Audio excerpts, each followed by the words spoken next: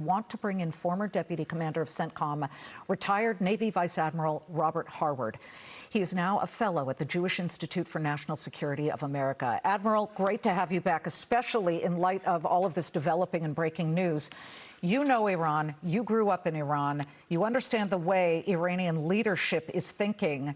Do you think they will agree to immediately clear the Strait of Hormuz of mines? They have dug their heels in at every step. Well, they're in extremis. They are running out of money. They are causing long-term impact to their energy sources and their revenue. So I think they could agree to this first step, which allows them to flow their oil.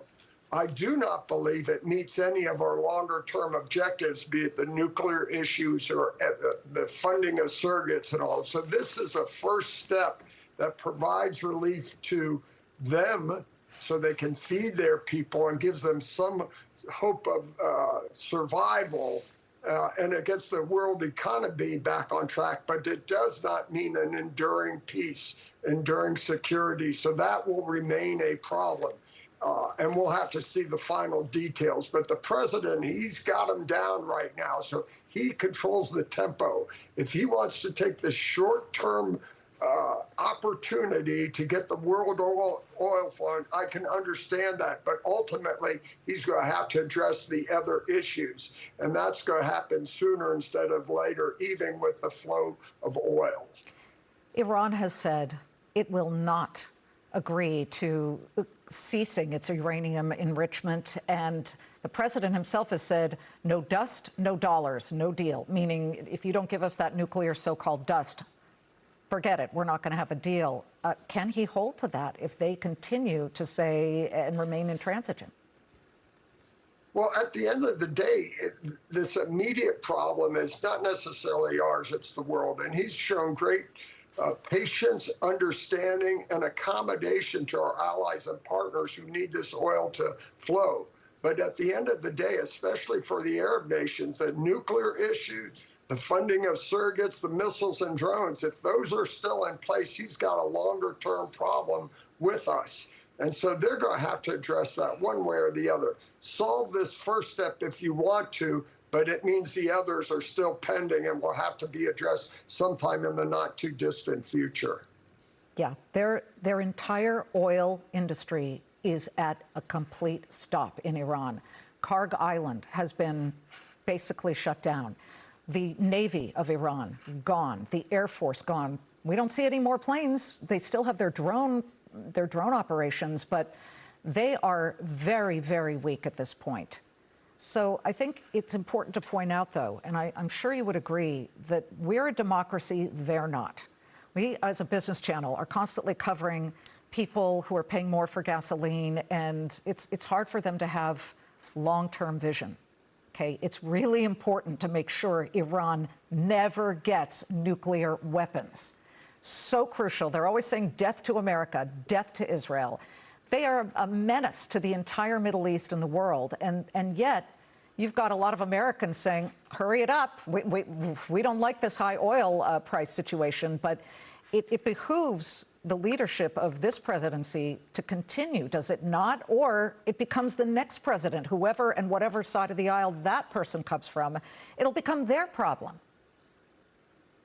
Look, the president struck Iran. He understood that. He has a once-in-a-generation opportunity, so he doesn't have to worry in the future of Republicans or Democrats. He can solve this long-term problem of ensuring that Iran does not have a nuclear weapon. And if he signs this deal without addressing that, he's got to follow up right on with some other strategy to accomplish it. And you could do that, I assume. I don't have the inside, but at the end of the day, it's the government and the regime. If those people remain in power and do not agree to solving this nuclear issue, this agreement now only sets the stage for that to continue immediately thereafter. So I would be surprised for the president to sign this deal without addressing the other issue. I really do have to go, but I need to get your quick thought on Israel, which continues to, undergo operations in Lebanon. They are basically ordering major strikes, entire Lebanon, an evacuation order.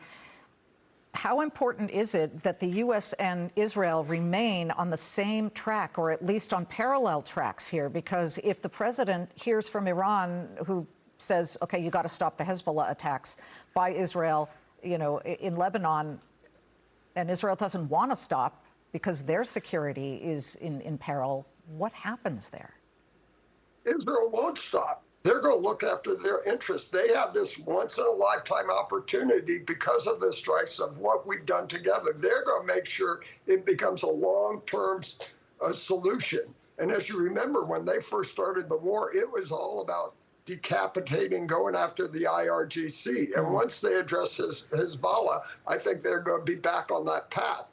This agreement, while meeting the short-term commitments to the world energy supplies, does not solve any of those issues. And Israel is not going to stop for that. They're going to keep moving. So it's going to be a real dilemma for the president and how they address this issue. And I'm with you, Liz. I think at the end of the day, this is not a good deal if you can't solidify progress on the other fronts, both for Israel and the nuke issue. They're all tied together like no other policy is. And so addressing one does not solve the other, and you almost create a bigger problem by empowering the regime even more when they're at their weakest point. Not an easy situation. The president continues to try and tackle it. Admiral, thank you. Wonderful to see you. Please come back. Thanks, Liz.